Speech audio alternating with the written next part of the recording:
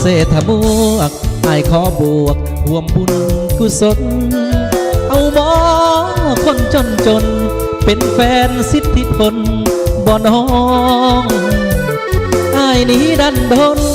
จากถิ่นพ่อจนมาหาสมปองหวังอยู่เฮียงเคียงน้องขอนอนห่วมห้องกับน้องหน้ามน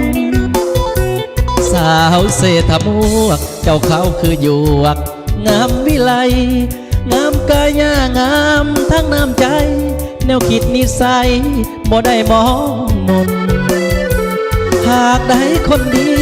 เมื่อเป็นเทพีของคนจนจนจะออกแหงสู้สนจะฮ้อนจะหนหาเงินให้นางโอ้งามขนาดสาวคุ้มตลาดบ้านสนามีใสสีบุญเฮืองสาวงามน้ำใจมีคนมันไม้หรือว่ายังว่างสาวใสสมบูรณ์แก้มขาวจูนพูนสาวเสสว่างสาวอุดมใสมีแฟนหรือยังหัวใจยังว่างจงบอกอ้ายมาหากบ่าวสาวนาอย่างอ้ายนี่นะเป็นคนจนจนได้กับน้องหน้ามนจะขอเถิดทูลบ่ห่างบ่ยางจะมาสร้างแป้ง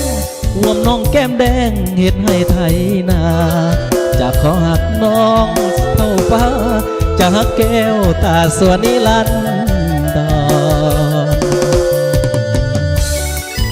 ขอบใจเจ้าภาพใหญ่ใจดีเด้อเจ้าของรอบ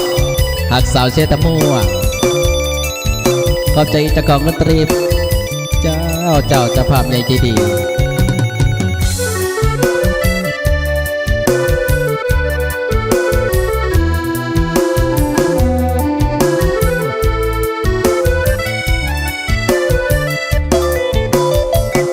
โอ้งามขนาดสาวคุ้มตลาดบ้านสนามีใสสีบุญเฮืองสาวงามน้ำใจมีคนมั่นหมายหรือว่ายังว่าง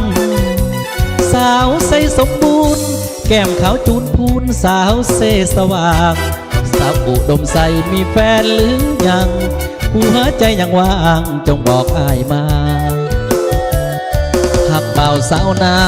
อย่างอ้ายนี่นะเป็นคนจนจนได้กับน้องหน้ามนจะขอเถิดทูลบ่ห่างบ่ยางจะมาสร้างแป้งห่วมน้องแก้มแดงเฮ็ดให้ไทยนาจะขอหักน้องเท่าฟ้าจะหักแก้วตาสวนนิรันดร